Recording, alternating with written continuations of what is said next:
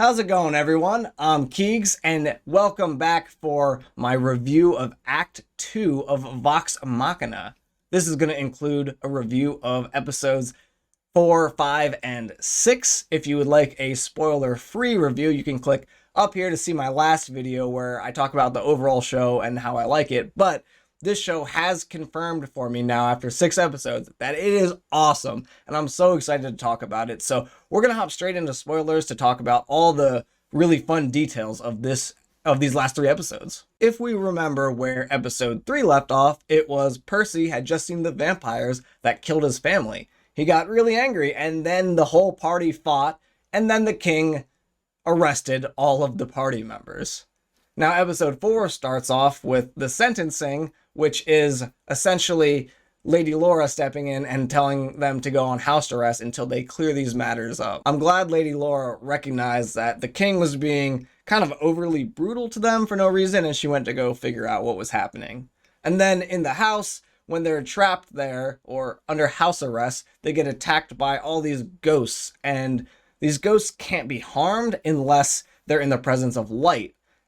To which, every time they enter the room, the candles go out. So as all the people are dying in there or getting just messed up entirely, our cleric, unfortunately, cannot access her powers. So it's up to Keyleth, our elven friend, and she creates literally like a mini sun, which is so cool. And the music in that scene is just fantastic. Overall, just a great scene and a great another demonstration of the elf's Keyleth's power. The ghosts were there for the book, and I kind of wonder, why did the vampires even bring the book to the castle in the first place? It didn't seem like they used it at all when they were there. Maybe they just didn't trust anybody back at their own place not to take it while they were gone.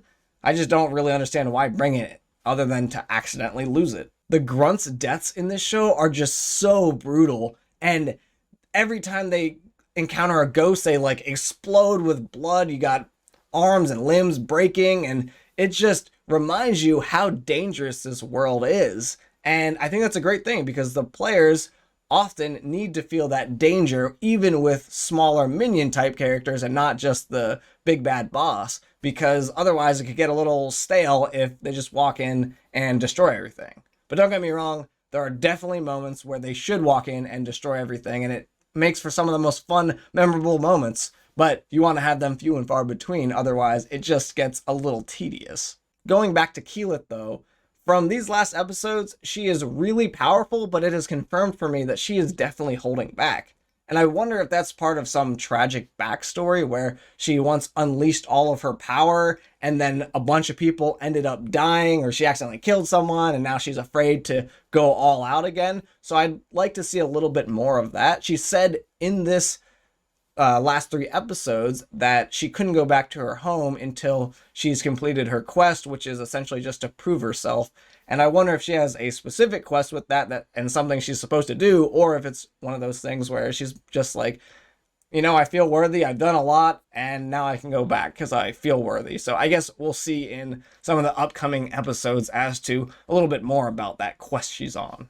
It also sounds like she's a princess, because she said once she finishes her quest, she's going to have to go back and lead her people. And we know Percy is also of noble descent because his parents that died were running that whole city, so he's a noble. Vex and Vax also had like an offhanded comment that their father was like a terrible person, so they left, but I got vibes that they came from a upper middle class to noble class as well. So if that's true, then there would be a lot of royalty running around in this one little D&D party. I thought that maybe they were setting up a thing there between Keyleth and Percy when they were in the room together, and she was opening up about herself and just telling Percy all these things about herself.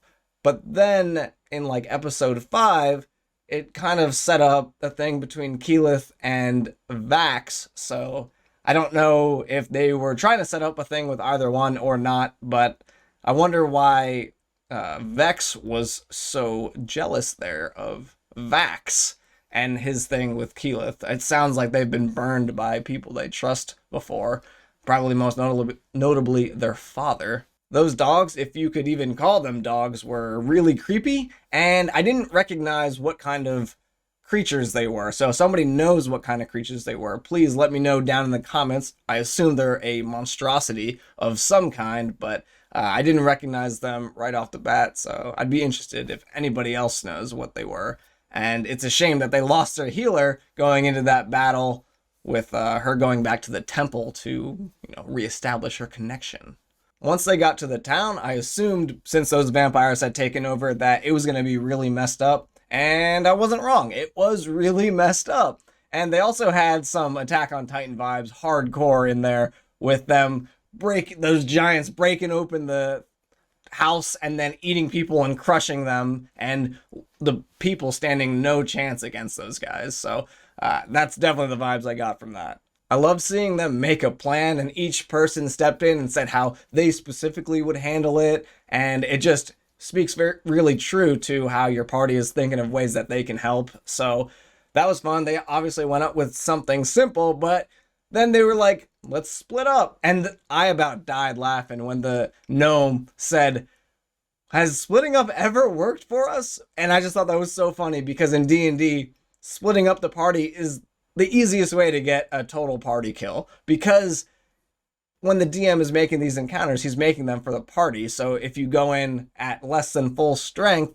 then you're already at a serious disadvantage in the fight. The scene where they're trying to pick the lock too was hilarious. And then Scanlan comes in and cuts his hand. Clearly a critical failure on that one. And then they go inside in the jail cell, and the rogue is easily able to just open the door with, a split second? And then he makes a comment like, I told you that other door was cursed. And I just thought that was a really funny way to weave in a narrative reason as to why you might encounter a critical fail, because you think, why would this person that can pick locks no problem really easily not be able to? Because in D&D it happens sometimes. Your best trait could still let you down if you happen to roll a 1. I also really love the scene where Scanlan is captured by the guards, and he makes an illusion of himself that is very nonchalant and just wondering what's going on and pretending like that's the real Scanlan, so that the guard thinks that he's holding an illusion. He lets go of Scanlan and it hits the other one that vanishes, obviously. And then our character gets away. I thought that's a super creative thing to do. And, I just love those kind of ideas in D&D. And we've got to talk about how badass Percy was when he put on the mask and then he had his smoke emanating off him. He shot that one guy with his gun that had magically engraved names of all those who wronged him and killed his family. I thought that was just incredible. And he is obviously super angry with that guy. So if anybody knows what that smoke was coming off him or has any guesses, I would really be interested to know as well. I assume it's some kind of dark magic or something like that. But I also was not expecting his sister to be alive, and that was a twist that actually got me. I just assumed that she was dead because in the flashback, it seemed pretty deadly of an attack to her, but obviously no one's really dead. And she obviously has some serious brainwashing going on, so it'll be really sad to see if Percy ends up having to kill his own sister, because I could definitely see where this might be headed. I love the scenes in here too, where they're showing the characters just interacting with each other and having fun, and things like when they're flipping each other off in the background and just kind of making jokes, and she's like, oh, you got a resting bitch face, was just, those kind of comments and quips are really funny. Or like when they're sitting around the campfire telling stories of their best kills. It's these kinds of details that I think are done especially well in this show to portray how a D&D party acts. I'm surprised that we're still seeing Percy's arc here. Don't get me wrong, I really like it and I'm glad, but the first mission ended so quickly, so I assumed there'd be more one-off episodes and just maybe 2 arc episodes.